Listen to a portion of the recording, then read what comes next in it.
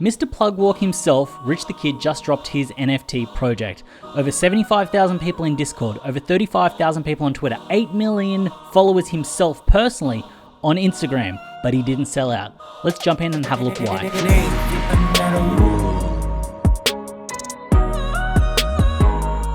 First up, I want to say hit the like button. It really helps out with the YouTube algorithm. Also, down below there's chapters so you can fast forward to the sections that you want to help you navigate the video easier. This is not financial advice. I'm not a financial advisor. Please do your own research before jumping into the NFT space. Now, what I will say is that this video is split up into two different kind of sections. We've got the data and analytics side, and then we've got the subjective side. So please keep that in mind. Now, first thing, let's jump in on the website. Now, if you've seen NFT projects before, when you look at this website, it just doesn't look refined. When you kind of look at the minting engine here, it just doesn't look good. When you look at the art and the way it's displayed here, it's just not as nice and responsive. When you kind of get to this section here, you've got the money falling in the background, but it just doesn't feel refined. The font on the screen doesn't suit the text up the top or the logo. And then when we're cycling through the images here, they're very, very different, but not in a good way. And what you'll notice on larger projects is that even though each character is different, they still look the same. They look as a part of the same family. With this, they look very different. Like it's got different textures, different colors, different backgrounds, different styles. Now this is just a subjective opinion when it comes down to the roadmap, but it just doesn't seem well thought out, and it's just kind of throwing some things to the wall and seeing what sticks. Mint day, 0.09 is the mint. Cool. Pre-sale, they're going to be doing a pre-sale. Cool. And then when we get to number 3, they're saying that they're giving out a Rolex valued at $15,000. Now here, this is a Rolex Datejust. This is not a $15,000 Rolex. And to prove my point about the Rolex, here it is. Datejust 41 Oyster Steel, $11,000. And this is in Australian. And if you convert that to American, that's about $9,000. That's the same watch that we're seeing here. Now look, I'll fast forward to the interesting ones. Some are aboard once we reach 1,000 ETH in secondary sales. We will award one lucky NFT holder with an all-expenses trip for 2 to Europe for 14 days, including flights. Once we reach 2,500 ETH in secondary sales, be giving a producer credit. Now these are secondary sales, and to get to these numbers, it's going to have to be really, really big. Overall, the roadmap just doesn't feel like it's giving back to people. And then look, scrolling down, Whips is foreign. Once 5,000 ETH in secondary sales, they're giving away a Maserati. They've got some FAQs here, which is nice, and they're trying to assist people in getting into the project. Now, over on their Twitter, we can see here they've got 37,000 followers. Some people have had issues minting because they're new to the NFT game. This means that there's still some rich kids available to mint. Your last chance. Now, this was 4 hours ago, and it just seems like they're trying to pass the blame onto people that don't know how to actually mint NFTs, which isn't good because it should be supportive. It shouldn't come from a position of, oh, these people don't know how to use it, so now's your last chance. That's not the right vibe to have when it comes down to this, because the NFT community is still quite small in comparison and everyone still feels very close together. So that's why this approach just doesn't feel authentic and genuine. It feels like a money grab. Now, if we scroll down on Twitter, we can see that there are people retweeting, which is nice. It's nice to see that there is some engagement. Now, hopping over onto their Discord, we can see here that they've got 77,000 members. If we then jump over onto their OpenSea, what we can see here is they've got 6,000 items, 2,800 owners. Now we will get to the statistics in Nansen very shortly. And we can see here that the floor price of 0.09, which is the current minting price. Now this isn't too strange. This is what will usually happen. And need I say, this is before a reveal, when the prices should be a little bit higher when people are waiting to see what rarity they've actually got. If we jump on over to Etherscan and check out their contract, what we can see here is they've got 536 ETH, and it's about 1.5, so it's going to hit 1.6 million soon. Anyway, let's jump over onto Nansen and have a look at the stats. Deployed 39 hours ago, 6.06 in circulation. Now, what I will say is we can't take much away from these graphs because we haven't had any closes yet. Scrolling down and having a look at the individual transactions, we can see that there are some notable buyers, but it is quite flat because it is still minting. When it comes down to the top balances, we can see here that the top balance, 73, then 60, 40, 37, 30, and then we kind of get down into the 20s. Now the top balances over time, nothing we can take away from here because we are still currently minting and it has only been on the public sale for around 12 hours. Now when it comes down to the unique addresses, what we're currently seeing is that we're at 2,800, which is just under that 50% mark with the current supply that's on the market. Once everyone mints these, we'll be able to kind of see a better distribution, but I feel like we'll still kind of keep around that 50% mark. Coming down to the percentage holding one NFT, we can see here that that's 58%.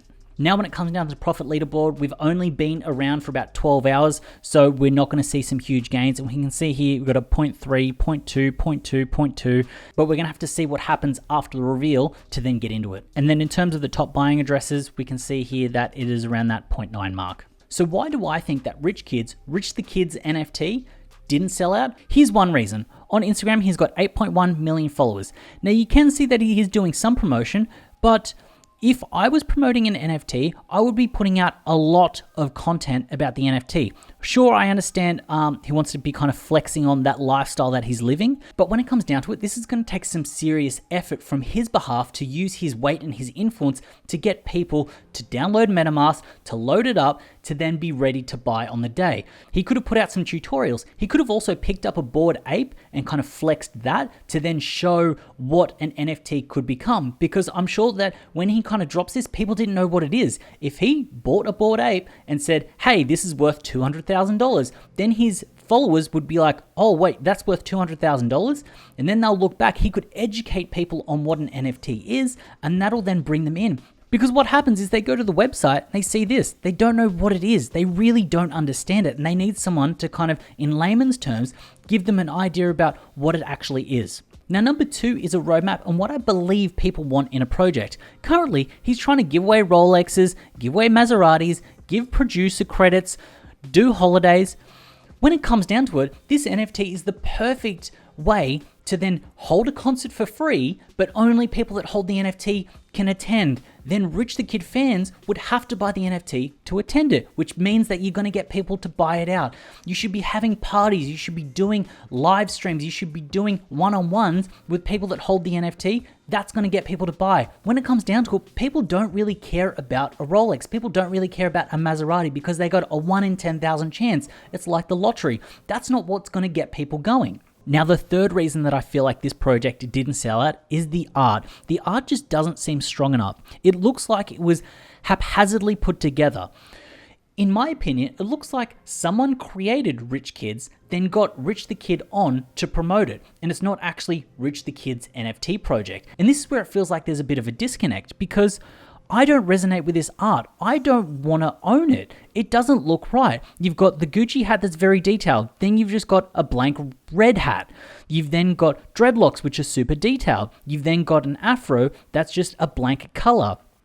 We end up with all these different textures, all these different colors that just don't match and don't melt together. When you have a look at it, we go from solid backgrounds to really colorful, hyper detailed backgrounds. It just doesn't make sense. If you were to take 10 of these and put them together, you're not going to think that they're a part of the same collection. And that's where I feel like the issues with the momentum of the sale come into play, because it's not a uniformed NFT. It doesn't have a motif. It's not something that can kind of be sit next to each other and understand that they're part of the same collection. When you look at a Bored Ape, you know it's a Bored Ape. When you look at a CryptoPunk, you know it's a CryptoPunk. But then when you look at a Rich Kid, you can't tell that it's a Rich Kid. It just looks like a cartoon, and it goes from a really detailed one to a not really detailed one. Now, one of the things that really got me is that there's almost 80,000 people in their Discord. There's almost 40,000 people on Twitter. If any other project had these numbers, this would be an absolute wipeout. This would be sold out and there'd be crazy gas wars. Or if there was a raffle, people would find any way that they could to get their hands on one. This is still available. And that's where it starts to get really hard. There's 10,000 items and there's so many people.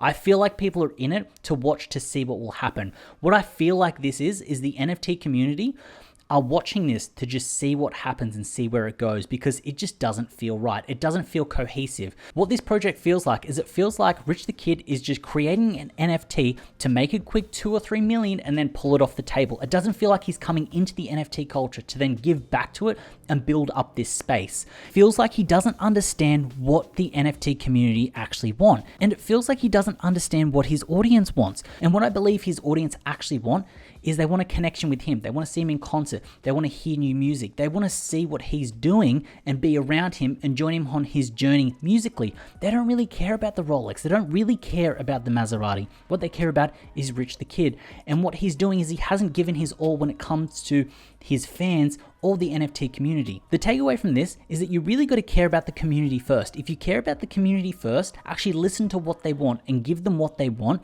they're going to reward you by supporting the project. Now, I hope that Rich the Kid and his team prove me wrong. I hope that I have to eat my words and this blows up and is super successful. I really do. But what I really want this video to do is to show that you just can't have a name, put out an NFT, make $1 million, pull it off the table, and just leave everyone holding the bag. That's not how this works. That's not how this community works. So overall, would I buy Rich Kids? No, I wouldn't. I don't like the art. I don't like the roadmap. I don't like any part of this project. Now, full disclosure, I actually do like Rich the Kid. Back when he was doing features in 2013, 2014, 2015, and when he released his album, The World Is Yours, I put that on in the car and I jammed to it. So this video isn't coming from a place of hate. I'm not a Rich the Kid hater. I'm a Rich the Kid fan. And I'm just disappointed that it seems like someone would come into the space that I love, the NFT community, the NFT space, and just try to like put down something that doesn't feel like it's their effort.